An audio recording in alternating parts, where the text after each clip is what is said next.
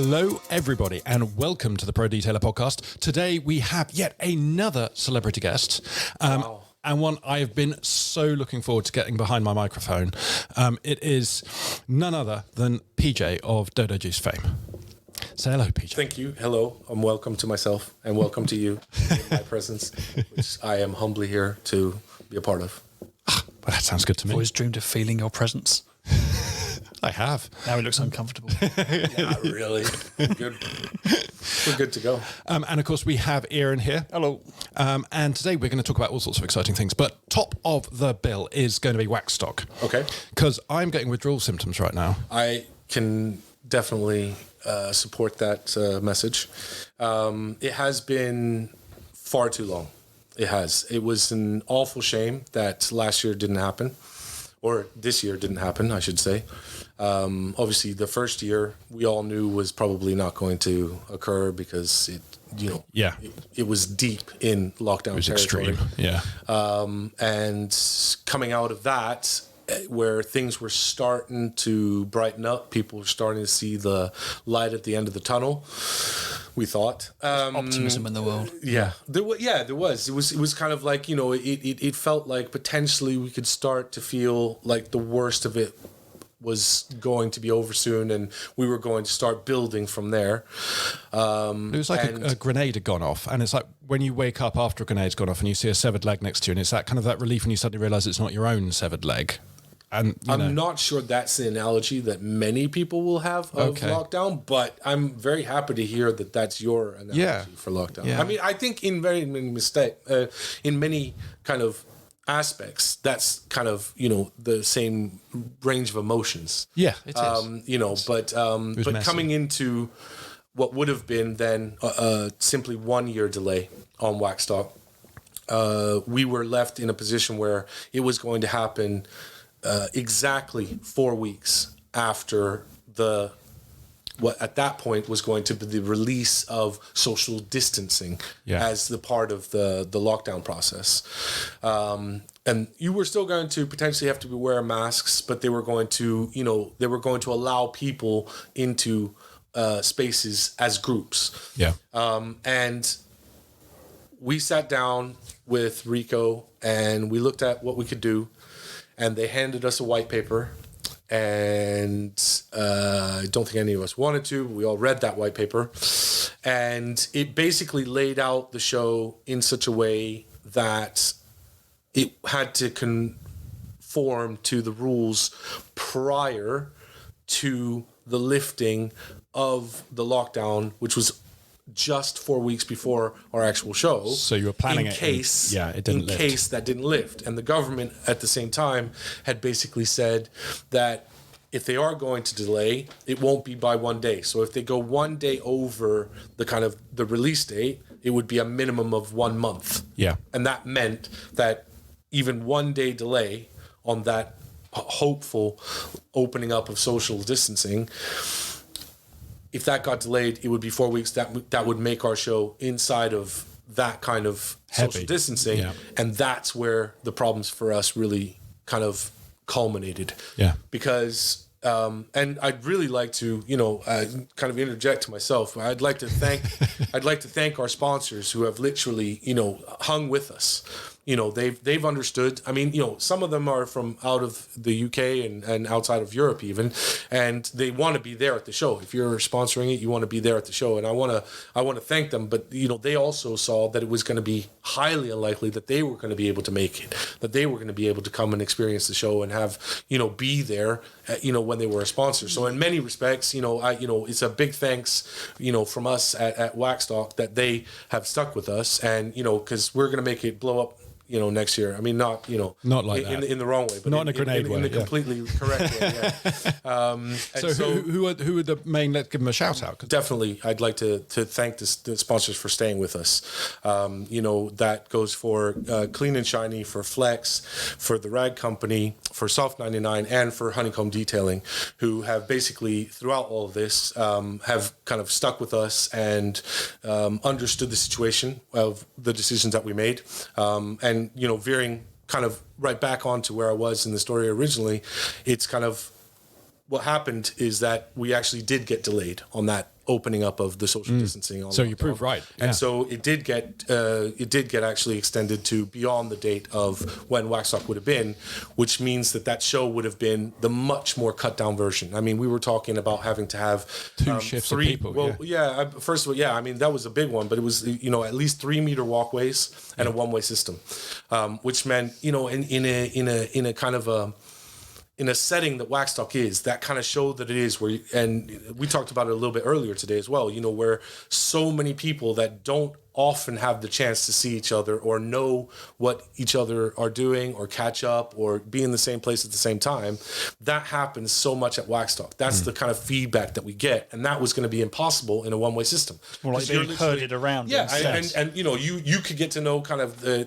maybe the people right in front of you, and maybe the people right in front of that again, and then maybe two rows back. But in essence, it wasn't going to be. And then at the same time, because of the maximum numbers that we were in there, and as you mentioned earlier, we were going to have a kind of a morning show and an afternoon show, and unfortunately you wouldn't be able to go to both, just so that we could let all those people who have already bought a ticket, be able to see the show. I mean, Waxstock without heavy petting, it's not Waxstock. No, I mean, I think that's completely an honest, contribution. Yeah. So basically, disappointment gave way to smugness and vindication on your part. No, I mean, I don't. The thing is, I mean, you could easily say that we were vindicated by making the choice, but I think the difficulty of making the choice was the fact that there wasn't going to be anything in our minds that was going to take the place of Waxstock. There aren't many other forums. I mean, I don't know of any, and in kind of where I've been in this industry that kind of interact the same way, and to lose that at a time when so many people could have really gotten a lot back from being able to be in contact with other people. A lot of people had been really closed in. Lockdown had affected people in any number of ways, and it was tough on everybody, but like a lot of people could have really, I think, gotten a bit of renewed strength. They could have, from having something like Waxstock go ahead, even if it was cut down, I think people could have gotten something out of it, but it just wouldn't be Waxstock. And I don't think that they would have, gotten what we want people to have the opportunity to experience when they come to Waxstock. And if it was their first Waxstock, it would have been a real injustice to what Waxstock is. Yeah, so. I think so. It almost kind of builds out as a, if you like, neutral territory where people can, that would normally be, if you like, rivals, can all meet up and actually discuss the industry, discuss what's going on, find new products, enjoy themselves. But even meet each other. I mean, it's kind of, it's amazing how many people I will talk to at a Waxstock, and they'll say, oh, I've known about such and such, and I've seen their products, but I had no idea who was behind it. And, we were at the bar, I didn't do it on purpose, but we started talking, and he's actually he's a human being behind this brand. He's an alright guy, actually. Yeah. He's not just a bottle. It's kind of, It's a good test bed. Also, when you, because the evening before, the exhibitors and a couple of hangers-on get to go down there, have a nice dinner. We normally get a speech from yourself, which is great. Yeah, I don't know how that became a thing. It became a thing. It did. It's great that it's signposted now, so we can all sort of take precautions for the full, post-wine PJ explosion that we get, and that's lovely. And then we're all ushered down into the casino, and we pretty much dominate the casino. There's still the odd sort of slightly desperate pensioner willing away the last of their pension, which is terribly tragic. Well, I mean, the thing is, we fill the hotel. Yeah. So the thing is, and I think it's an interesting thing to bring up, because I think what you're talking about is that kind of mini Vegas feeling. That's how I kind of sum it up. And I don't know anywhere else where we could do it like we can do it at Rico. That's true. And that's a big shout out to Rico, I think, but I think it's such a great kind of venue for exactly the purpose that you're describing, which is the kind of, you arrive, you get your room, we go downstairs, you can come for setup and make sure that your stand is all done and, have everything set up, and then you go back to your room, and then you get ready, and then we have an evening where we have a meal, and then we get ushered into the casino, and then everybody's in the casino and everybody's mingling. But it's been a long day. Yeah. It's been an exciting day. Everybody is in reasonably, I would say, kind of epic kind of anticipation of the next day. and everybody has had a few kind of bevies.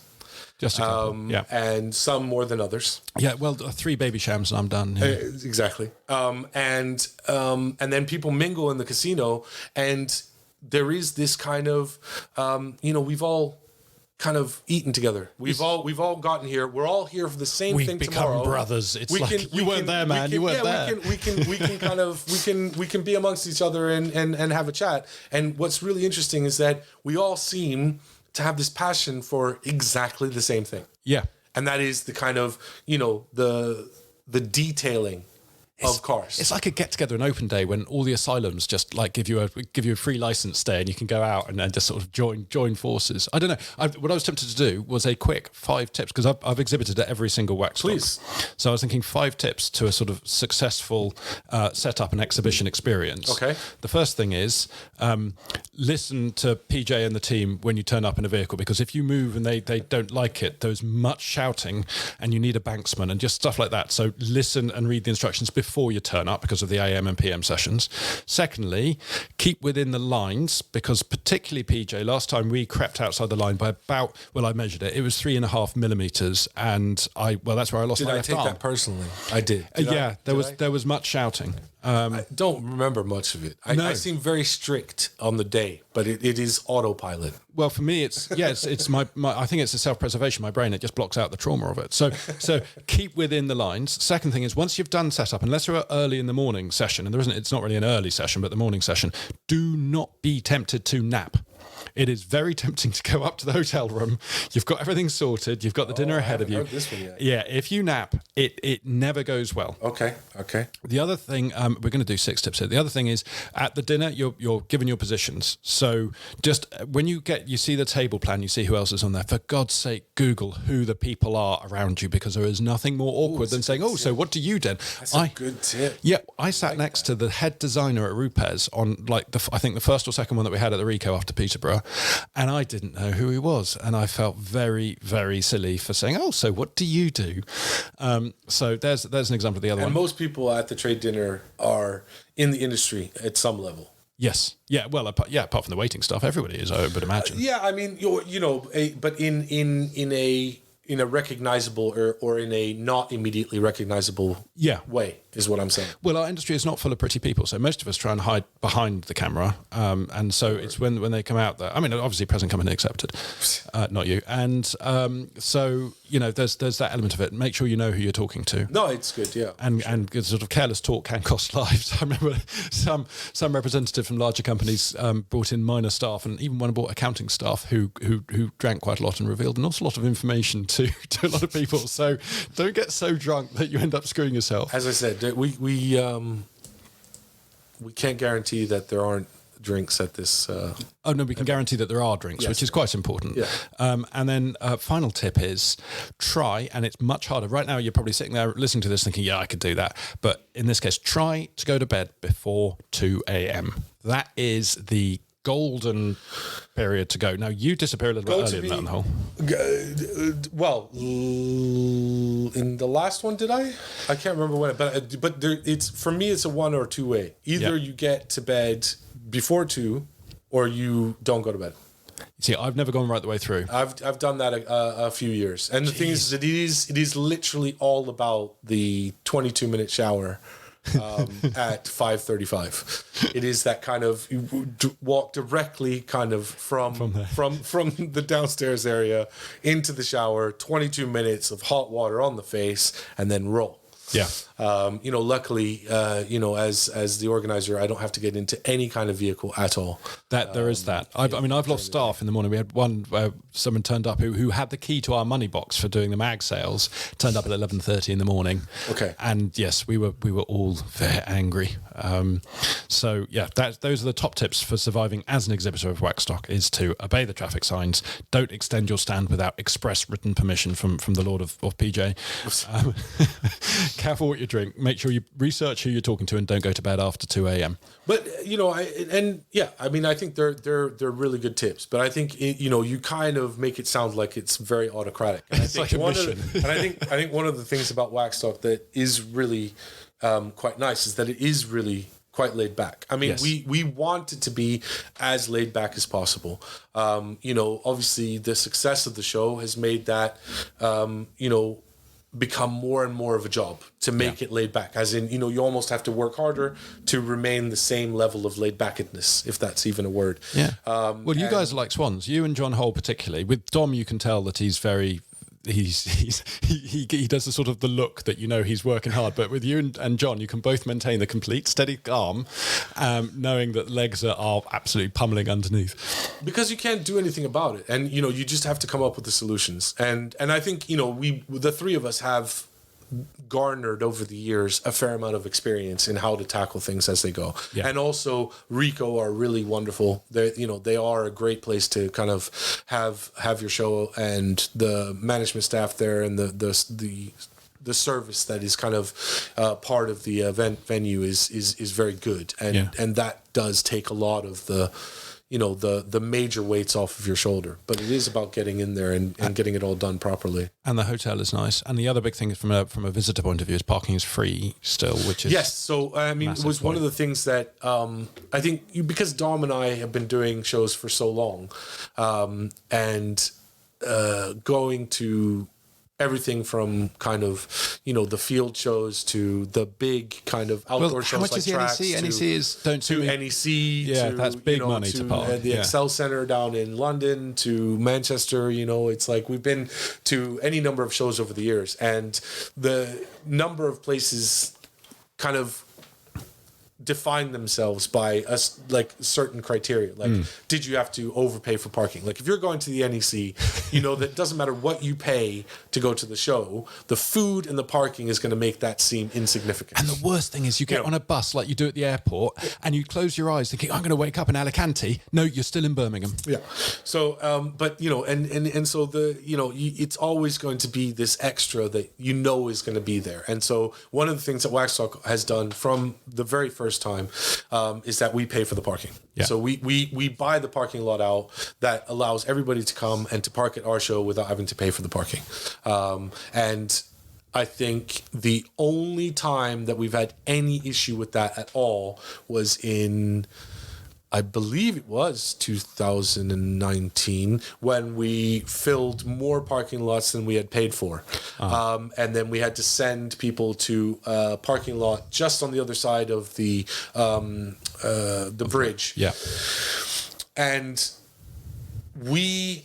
obviously that hadn't been contracted. So in the very beginning, when people were being let in there, they were being told potentially they might have to pay. Now they didn't have to pay. Some people did. We refunded those people, but we did have some. But basically, Rico was like, "Look, we understand. You had more people than you thought were going to come, and you get a parking lot. There was nobody in anyway." Yeah. No, that's nice. So, but that was just a bit of confusion. So I think that is the only time that there's ever been any kind of a bit of a question about the parking. But we always pay for the parking. We want people to be able to park and shop. Park and shop. No, I think that's a really key point. Certainly, it's a good one.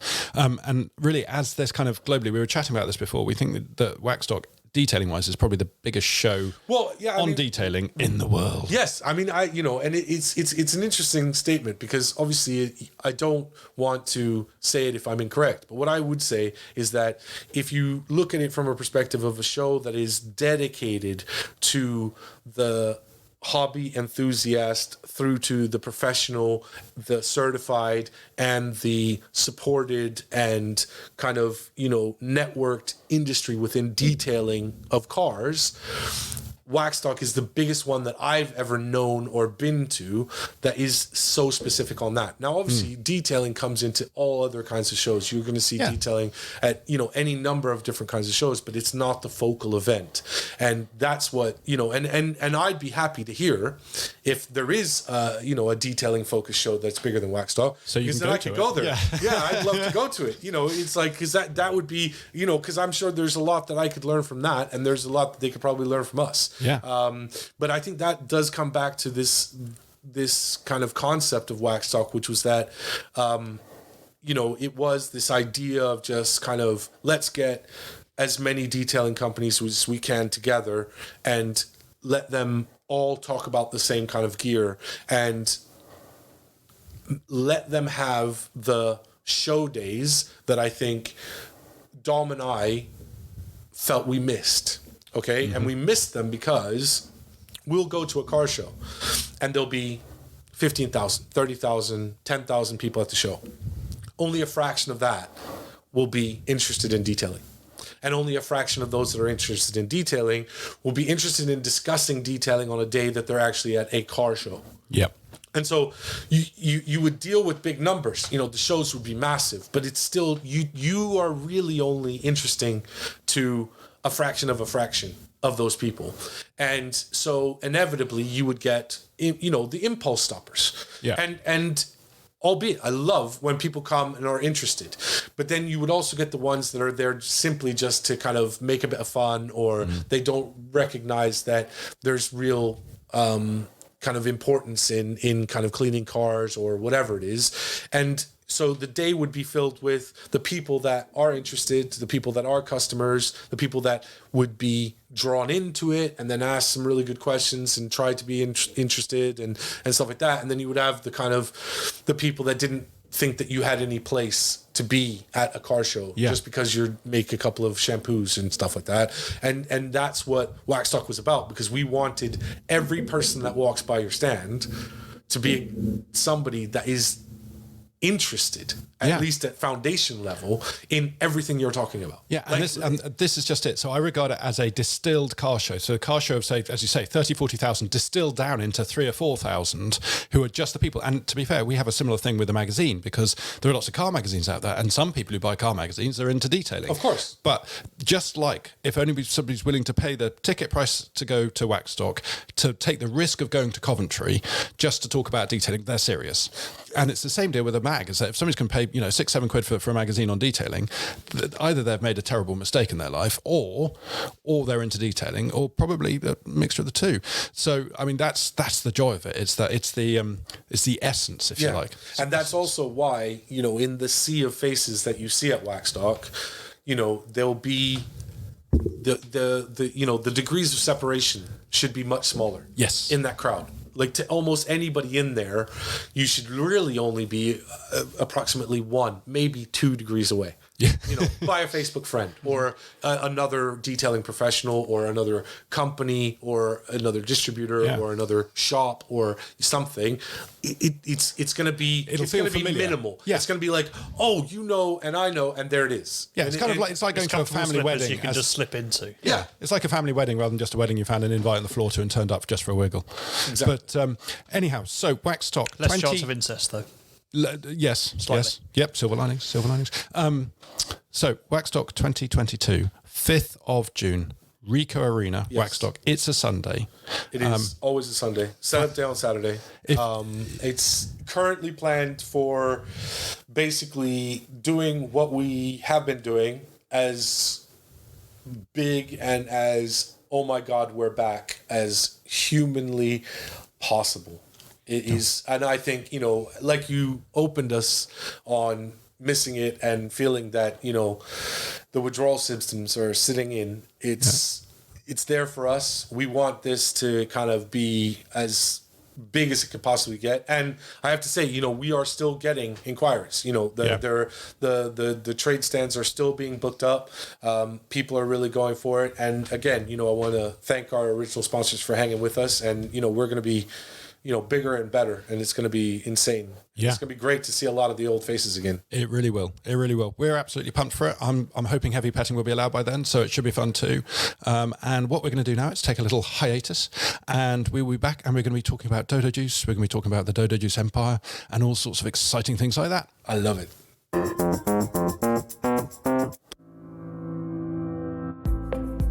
Hey, just a note for our US listeners out there. Whilst we've always been able to send you over magazines from the UK, we now have a distributor in the United States for you. That's Detail Division. So go and check out their website at detaildivision.com.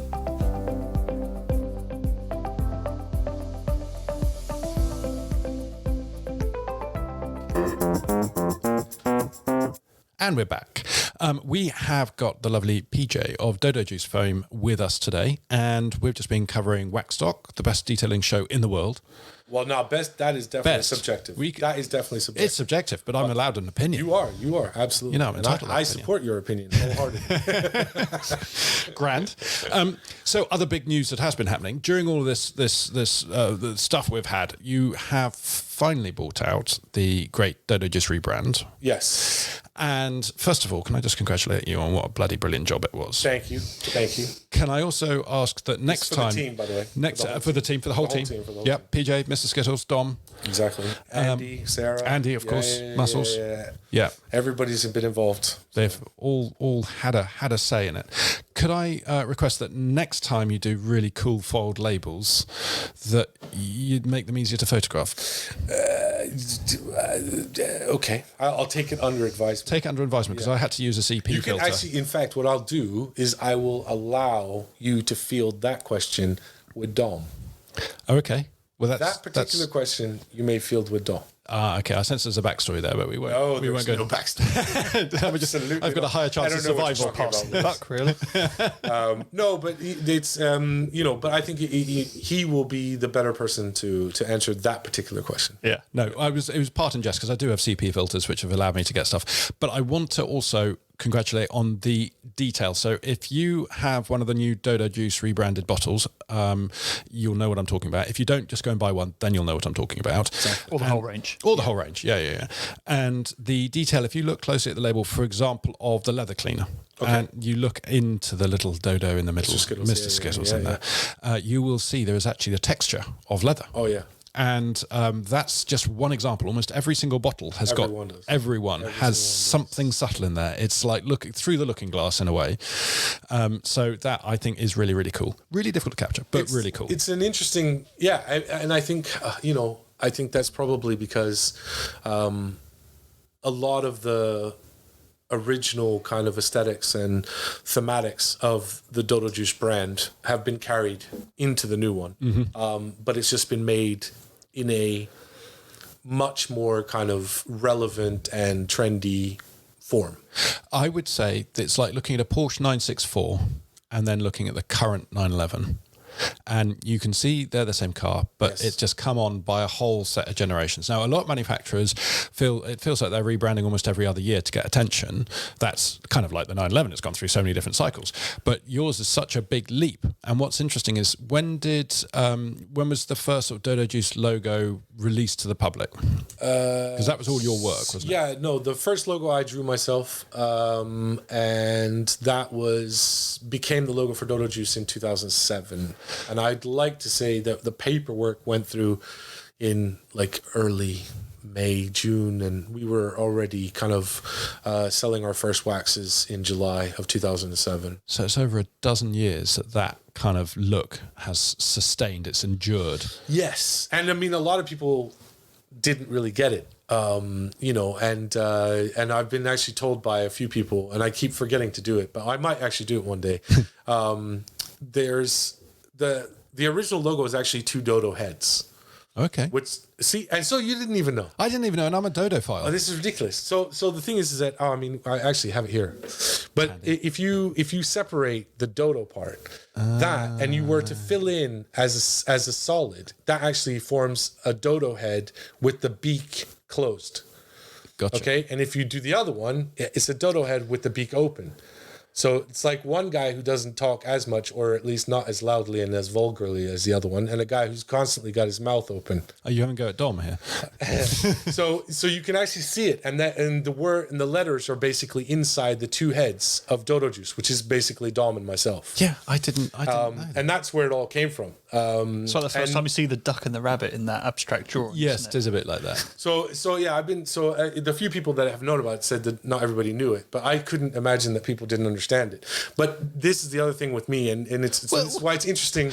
Well, I understand it now. You've explained it, but without explaining, it's quite the best jokes for me because it was many months for me to kind of draw that the way that I wanted it. And did you use crayons? For me, it was absolutely yeah, and finger paints and fun, all kinds. What flavor?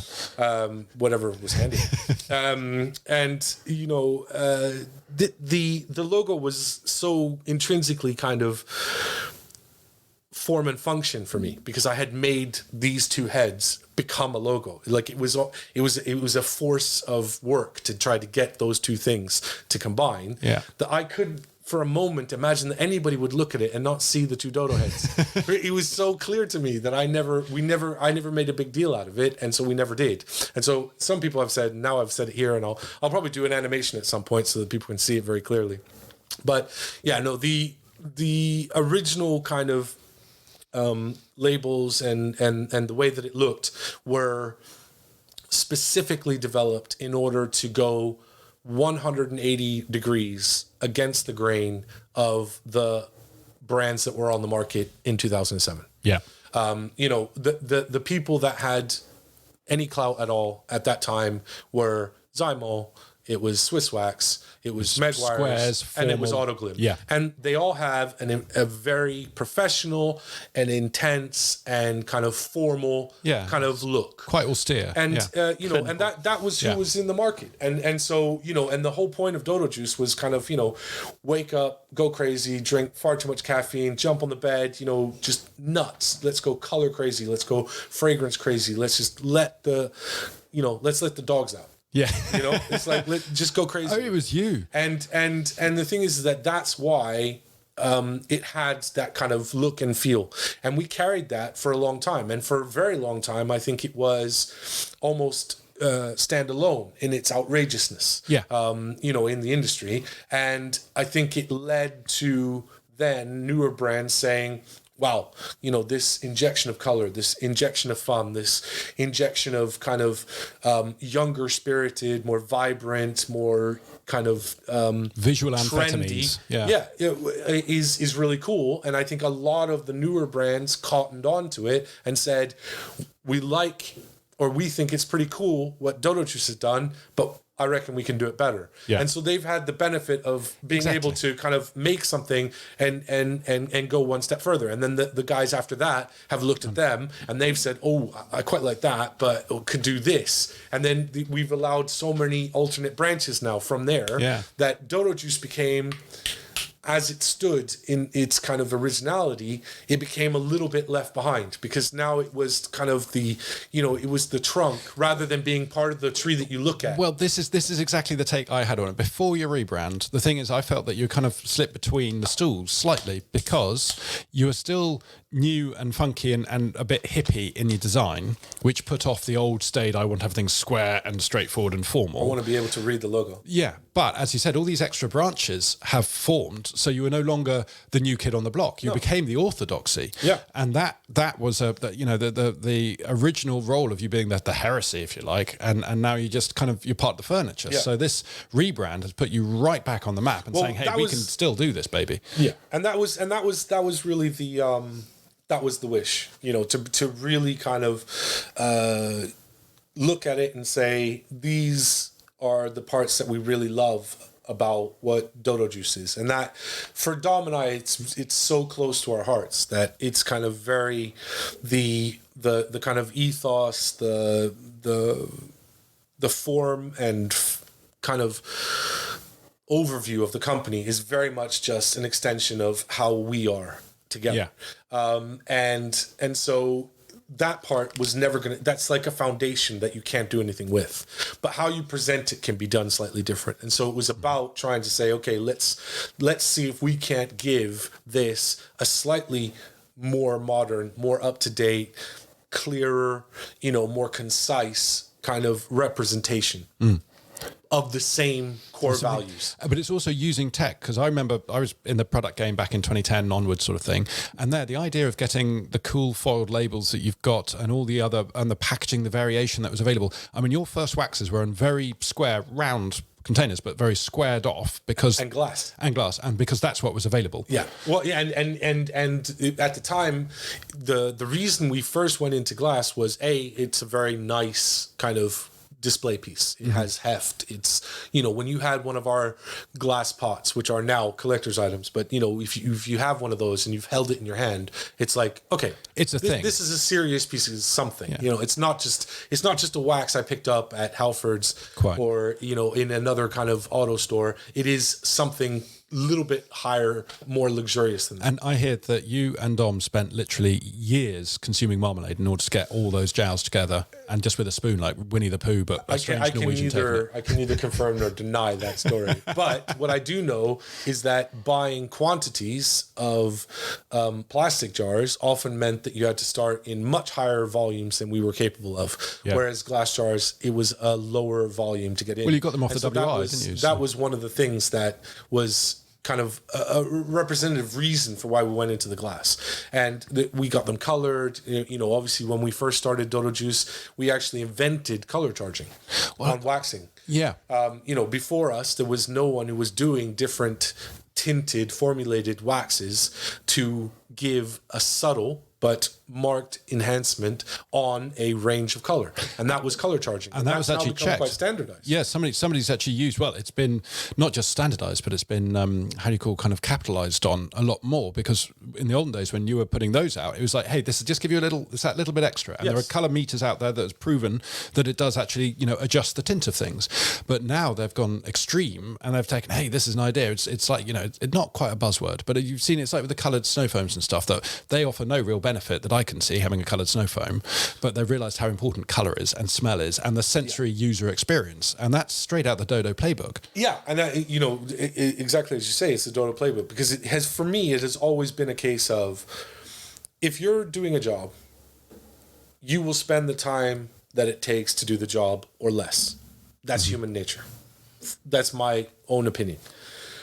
If the products or the technique or the satisfaction of the job outweigh any of those other circumstances, even by a little bit, as a human, you will take a little bit longer because you're getting something from it. Okay. And the thing is that it turns a chore into a hobby, or it can do, or it basically just doesn't make it so that you want to be done as quickly as you can. Like and baby so making. If it smells great, if it's got a nice color, if you're getting, masses of bubbles, if it's really taking off the dirt with one glide, if the sponge or the mitt is simply slipping through the dirt and cleaning the car, and you got this nice smell, and it's a nice kind of atmosphere, you will spend a little bit longer doing it. And this is the great thing about it.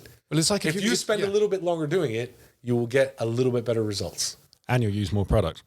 No, not necessarily. No, because it's not even a question of actually using more products. It's just a question of spending the time doing the job. You will take the time to go on the underside of your wing mirrors, not just go over the top. Why?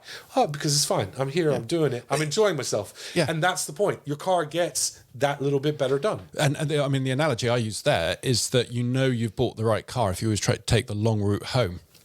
Yeah, of course. It's that same sort of feeling. If you enjoyed the drive. And it's the same, it's all about the ride.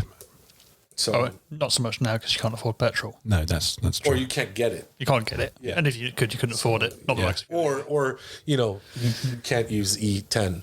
No. I can use E10 and I've got old cars. I mean, they won't last very long, but I can still. They weren't going to last very long anyway. Shut up. Speaking of which, Pete, you were terrified about running out diesel being stuck in the sticks. I did offer Ian spare room. Did you find diesel on your trip here? Do you know what? I actually, last night, in preparation of it potentially being an issue this morning, I gave myself a route that passed 3 petrol stations to get back to mine. And on the last one, they did have diesel. And I did go for the, should I even say it? Is it counted as hoarding? I did actually fill my tank. You filled? Did you fill the big IBC in the back of your truck as well? Now, that's still got super unleaded. That is the one thing I did not do. No, I did fill the tank. I mean, obviously, if there had been any rules at that station, I would have abided by them. Well, given the size of your truck, is that going to be enough to get you even half the way back? I actually used less than a half a tank down here. So. Oh, okay, that's impressive. That's all relative to the size of the tank, really. Yeah, true. I use that. It is a 90-litre tank. Oh, same as me. High five for the 95-litre tanks. He fell for that. Cool. So we got distracted by diesel. In fact. one thing I really like to point out is we've just talked about branding and looks, and kind of we haven't actually focused on the product. And the one thing when I'm talking to people and they bring up Dodo Juice, they often say, I've not used one product that I didn't like. Everything was good. And it's so you've actually, despite appearing brand led, you're actually product led. A lot of your products are, Futurama. I mean, we could write a love story, the both of us, on Futurama. The ode to Futurama. Yeah, and I'm afraid in my last magazine I was a bit rude about Dynamo simply because your Futurama was so good. So. But they are different, and that hopefully that goes to show that we're not simply putting the same product into different bottles and calling it a different name. No, because Dynamo's like an orangey, yellowy color, and Futurama's blue. So I mean, there is that too. But one is actually supposed to be a drying aid, and one is a protective spray, which you can use as a drying aid. You can absolutely use Futurama as a drying aid, but it's very concentrated in comparison. Yeah, but it's also cheaper. But it doesn't have the same ingredients to help you as a drying aid to the level of what Dynamo does. This is the whole. Okay. This is the thing. So like, and this is exactly where I'm not sure how far and how deep the kind of Dodo hole you'd like me to go down. But being product led is exactly that. And I think one of the things about the brand before the refresh was that we had such a large number of individual products. It was brilliant. Very specialized products, stuff that basically has not made the cut. And the new refreshed Dodo Juice brand is much more concise. It's much more kind of cut down from what it was to what is being used and being understood in how to be used, and is being used correctly and is being bought. Because we had a number of products that were very unique, which didn't make the cut, and they didn't make the cut because they simply were not selling to the degree that we had hoped for them. Ferrolube comes to mind with that. For example, I mean, Ferrolube is a great example. I mean, the thing is that it's such an incredible product, actually. And when we got the first prototypes of that in, and by circumstance, it just happened to be that we tested it on a white car. It's spectacular. It is literally like you are dissolving iron while you are lubricating the clay that is picking up the particulate from that and everything else in your paint, all in one fast, swift maneuver. And that's the sad thing, though. Yeah, that hasn't made the cut. I mean, no. You had the other one. So your QD Basics of Bling, the green one, that has now been renamed to Quick Detailer. Yes. That was absolutely brilliant. And then you had Red Mist, and you had a Red Mist Tropical for use in high temperatures. So the Quick Sorry, I didn't know you wanted but it's a Quick Detailer, but it's mint condition. Mint condition is a new one. That's what I was searching. But it is our Quick Detailer. Yeah, sorry. Basics of Bling. But Red Mist is a protective sealant. Spraysant. Yeah. Now, it's based on the older polymer technology. Now, I'm going to come back to why I think that's great. But we had Red Mist and Red Mist Tropical. Now, Red Mist was basically made and formulated for, I would say, kind of European weather. And that means that when you sprayed it, even on a hot day, there would still be product that made it to the car. Mm-hmm. What happened was one of our biggest distributors in Australia was selling quite a bit of it. And it would go out to people in Australia who, on a hot day on a black car, would literally pull the trigger and no product would hit the paint. It literally would just dissipate and evaporate in the air between the trigger and the paint. And so we had to revise the formula in order to make what we call a slower evaporating formulation of the same polymer sealant that gets carried. Now, it did mean that it did slightly change, because it's not so easy to just go, okay, you can't just add water. This is an alcohol-based product, so you couldn't add water anyway. The thing is that it was so that it needed to be reformulated, and it did change it slightly. So we had a lot of people who really liked Red Mist and a lot of people who really liked Red Mist Tropical, but there simply wasn't room for both of them in a refresh brand. Yeah. And so an almost middle of the lane Red Mist is the one that is now in the refresh bin. So I'm glad you brought it up, because actually it's not quite the same as Red Mist was, but it's not the same as Red Mist Tropical. Yeah. So it's kind of come down a little bit so that it can be used kind of more globally. It's more flexible. But what's really cool about Red Mist, and this is what I really love, is that it comes from, I would say, a 15-year-old technology of polymer sealant, which companies nowadays would never even look at, because it's not even on the radar. Nobody wants to use it. It's old tech. I mean, it doesn't have SiO2 and graphene in it. Exactly. So it's not on anybody's radar, and yet it has this amazing finish. Okay, because it is thicker than what a new modern day sealant would coat onto paint, and yet it's not natural wax. Yeah. Okay. So because it's literally in between. So you're getting a spray technology that is an older kind of detailing protective technology, but it's thicker, and so it's only going to last 3 to 4 weeks. But the thickness that you get increases the depth, increases the glossiness, and gives you an aesthetic which I feel is at least as good as, subjectively, and can be often what many detailers are looking for, especially on the kind of warm to darker colors. Yeah. Because it gives an aesthetic that just cannot be reproduced with some of the newer stuff. No matter how much that will outlast, and it will have a crispier shine, and all these kind of things. Absolutely, many attributes that have to go with the more modern technologies of non-polymer sealants. But it just has a really nice effect, which cannot be kind of easily not brushed aside. Yeah, it's good to know that. I didn't. And the nice thing is, with a lot of the Dodo products, there is a backstory to the development. In fact, I imagine with all of the Dodo products, certainly all of the Dodo names. And so to actually get, you've got that Facebook forum, Dodo Juice World, for example, and you get so many people who are so deeply entrenched, not just in the products, but in the world of it, if you like.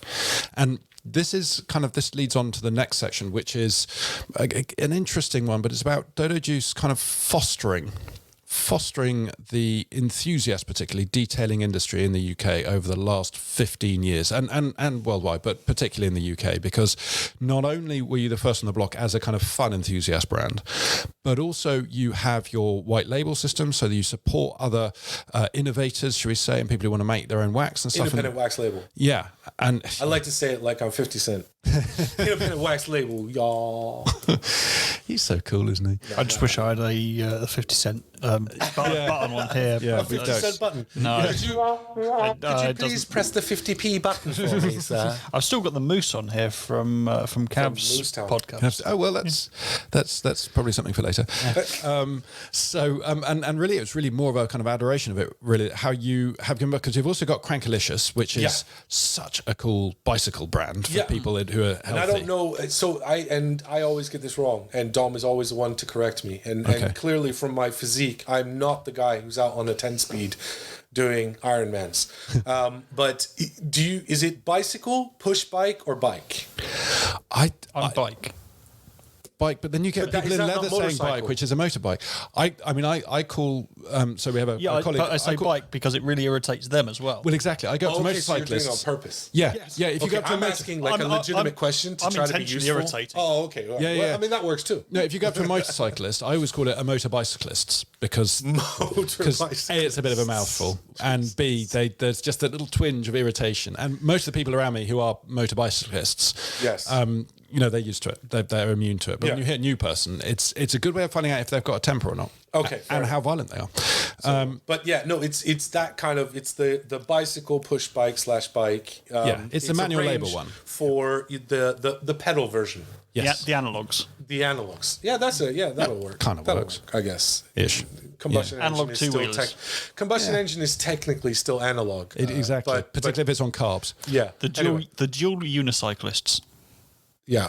Pushing it back I'm down pretty sure we can go you go pretty straight deep back on to that the one. circus. Anyway, no, but the thing is, as you said, I mean, the thing is, the Crankalicious was definitely, a response to the fact that we have been formulating cleaning products for vehicles, for almost just short of kind of 13 years, and it was possible for us to see that there's a lot of parts that are similar, but also there's a lot of things that you don't need in the kind of bicycle range that you would need in the car range, and a lot of things in the car range you wouldn't use in a bicycle. Less glass cleaner on a bicycle, for example. Yeah, exactly. But also you want chain loops. You want specific chain grease degreasers. Oh, stop it. Crankshaft cleaners. These are things that and it was clear that there was a way for us to not kind of look too far out of our expertise zone and say we can formulate some products that work really well for this as well. I mean, did you bring in a lube man specifically for your anti-abrasives? Absolutely, yeah. Let's just say we did. We brought in a specialist. What was his name? Wilson. Wilson, cool. That works for me. Yeah. He wore a ball on his head, painted with some eyes. Well, before PJ and I go down a hole that, frankly, we'd be judged by the collective. We've got that. Obviously, you've got Squid Games. You've got the Stjarnagloss. You'll make me go. We've got the Stjarnagloss. You've got Cranklicious. You've got your white labels, and what I see it really is the Dodo, not as Dodo Empire, but as in Dodo supporting lots of different aspects of the family, the vehicle appearance. I think that's true, but I think also a lot of these came from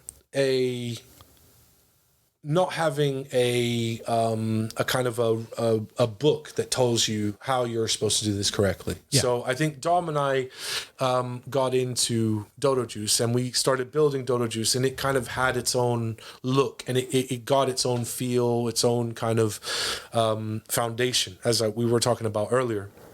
And not everything that we could formulate, not everything that we could come up with would fit naturally in that format. Yeah. And so we would say, okay, what kind of a format would that fit into? And so, another brand which unfortunately didn't make the cut was Basics of Bling, which was a brand that we tried, where we realized earlier that Dodo Juice was becoming too expansive for the enthusiast. There was literally 4 shampoos. Mm-hmm. It's like, well, which one do I go for? Well, all of them, obviously. Well, yeah, but there is a time and a need, we think, within reason, for each of them. Yeah. But unless you're in it and you're clued up and you're really after a specific kind of an answer to or a solution to a set of variables that you want to solve, then it becomes any of them. Yeah.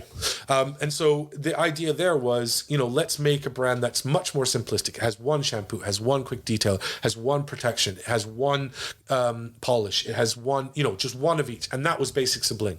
Yeah. And that was the whole purpose of it. And, and the names, again, people didn't quite grasp onto the names as much as we would want them to, and they didn't always know what the products were for. And so Basics of Bling was like just the logo and then what it is. This is shampoo. This is polish. And at the other side of the range, of course, you had Supernatural, which is your luxury. Yeah, and that was kind of cool, and that was almost like looking back and saying, okay, clearly the reason why many of those earlier brands were still around with their very professional look and their very kind of luxury kind of appeal was that there was a market for that. And we didn't think that Dodo Juice could be made to look like that. Were you in a Stringfellows when you came up with that idea, though? Not as far as I'm aware. Okay, just checking. I always presumed. But and Supernatural was really great because also it allowed us to put the newer technologies. So in Supernatural, we were able to put the ceramic coatings. Mm-hmm. We were able to put hybrid nano wax. We were able to put in all of the new and more kind of today's technology when it comes to protection and durability and coating.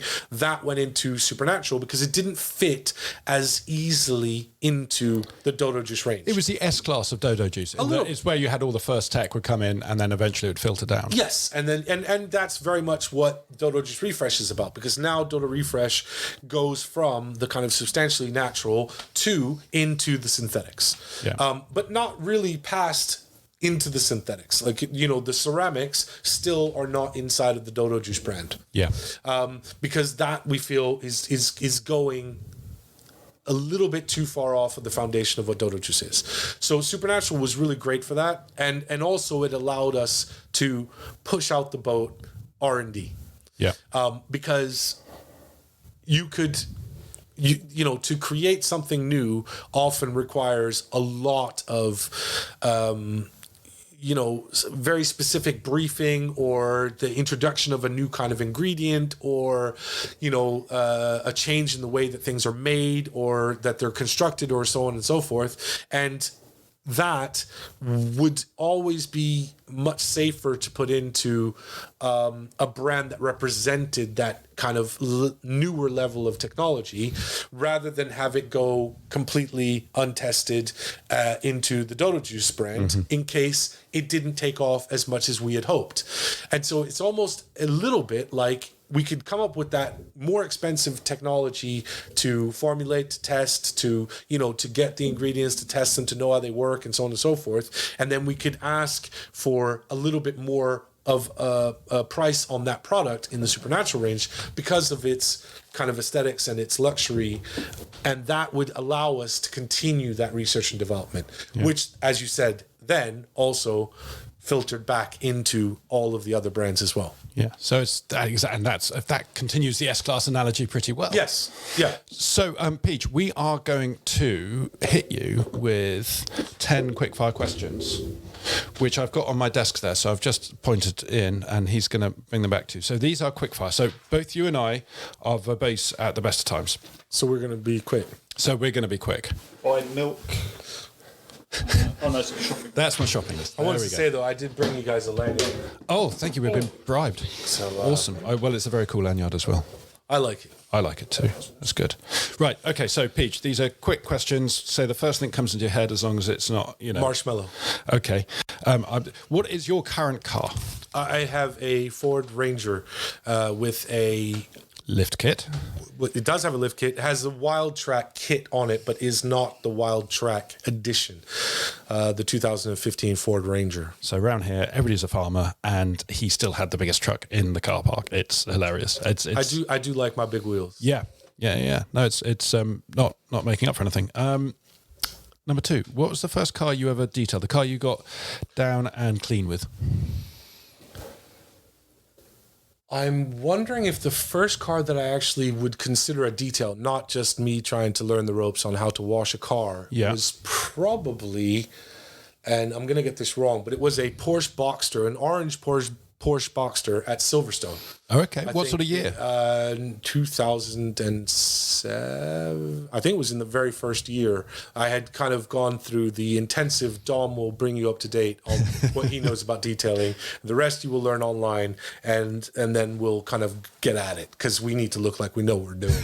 I know that feeling. At some point, I'm going to do some of that. And so there are some pictures of me hunched over triple next to an orange Boxster at Silverstone, and I think that is the one that I can confidently say was my first attempt at detailing, but I wouldn't say it's my best detailing job. So let me say that right now. Let me unequivocally say that it might not have been the best job anybody's ever seen. Orange Boxer, that's got Dom all over it. Was it his car? No, it wasn't actually. It was somebody who had brought. It was a friend of Dom's who had brought the car so that we could show off Orange Crush, which was one of the first waxes that we made. I remember. So it was literally in anticipation of that. Cool.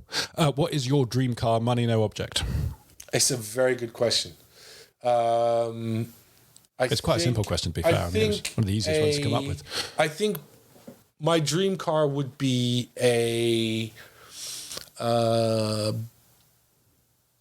Bentley Baja truck. Oh, okay. So a car that doesn't even exist. Yeah. So like the Bentley, for example. I mean, it can't be as heavy as a Bentley, clearly, for obvious reasons. Well, what about Clarkson took a Continental 4x4 around Sri Lanka or somewhere? Yeah, no, exotic. But what I want is I want the aesthetics and the seating and the pomposity of that kind of Bentley on top, but made so that it will sit and function on top of a completely wild Baja truck. That's so that, you know, because for me, yeah, absolutely, everybody wants a sports car. They can go, 250, 260, 270 miles an hour.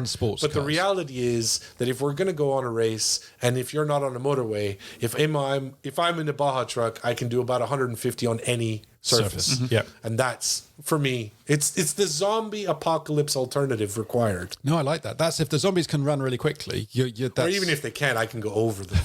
Oh yeah, no, but I mean, we both got trucks. They're not following me. I'm pursuing them.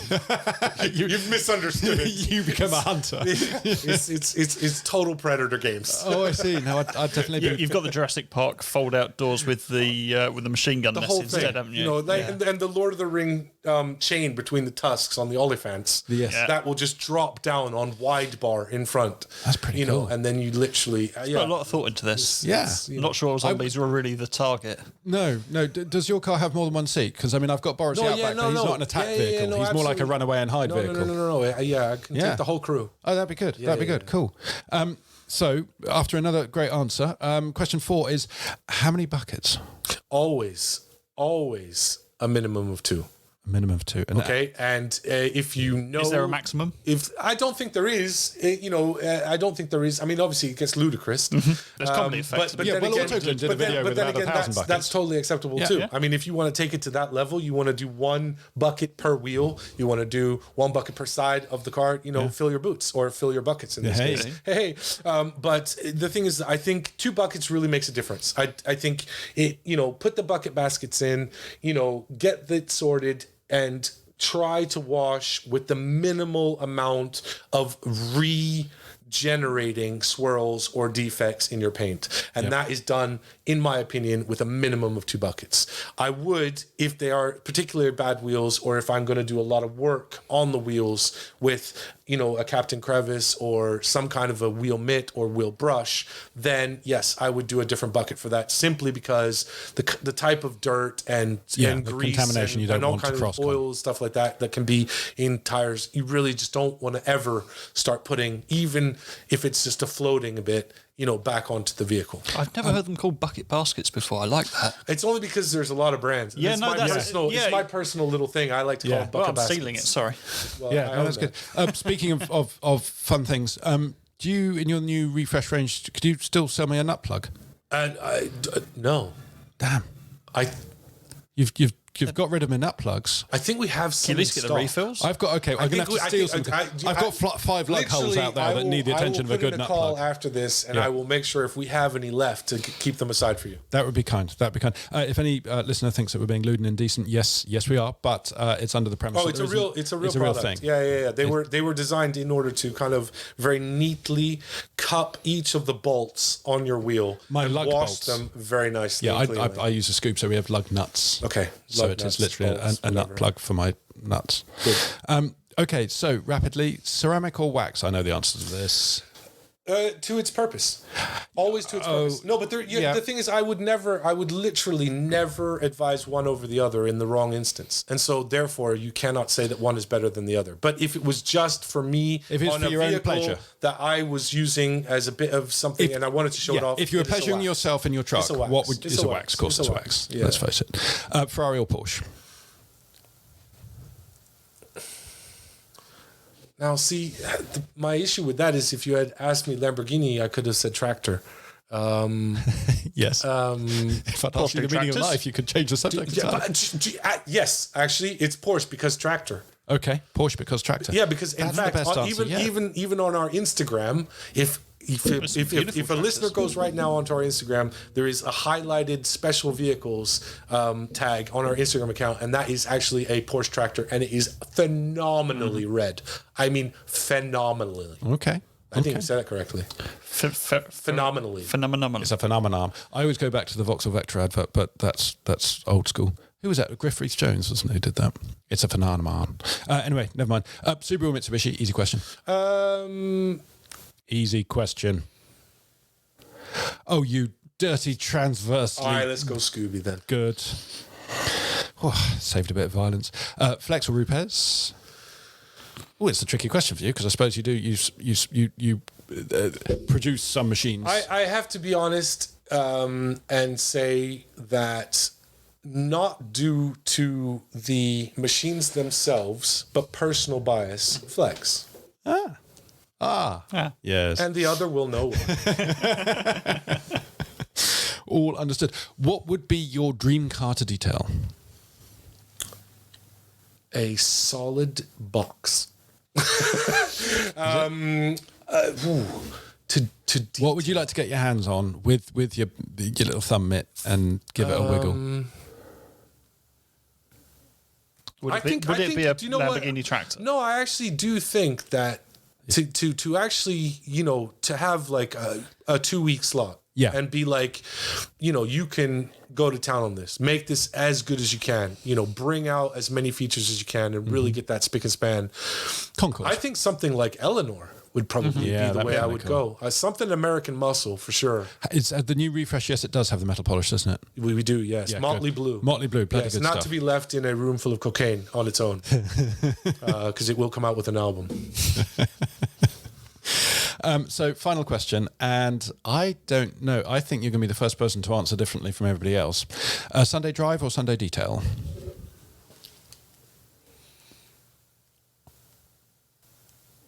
Well, this is awkward. Damn. We'll edit the pauses out so it sounds lightning fast. I wasn't prepared for that. I think probably Sunday drive.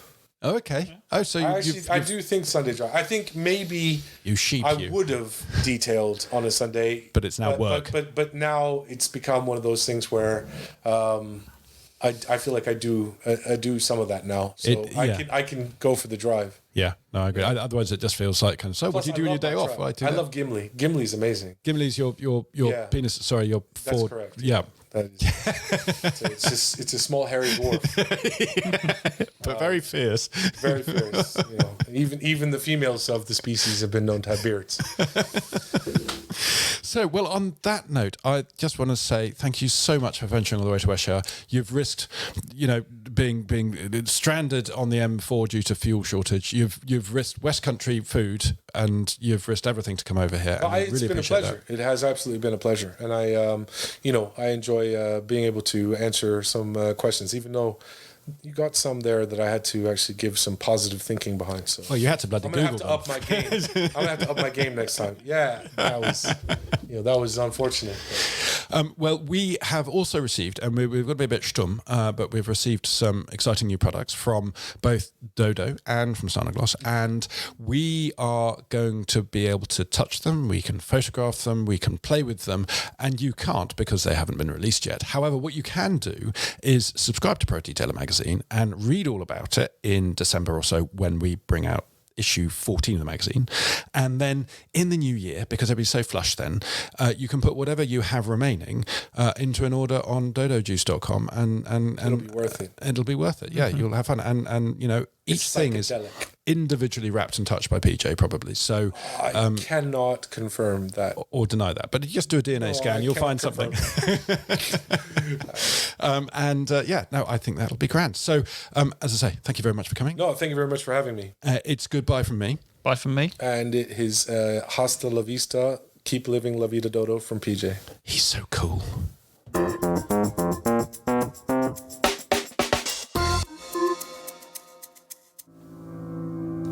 Hello everybody, I just wanted to remind you that we have updated the Pro Detailer Mega Pack. It now includes issues 5, 6, 7, 8, 9, 10, 11, 12 and 13, along with the Waxstock show guides back from 2018 and 2019, bit of memorabilia, and you also get a couple of air fresheners. It's $44.99 including UK postage, and we can also ship it abroad. Grab it now for the full back catalogue.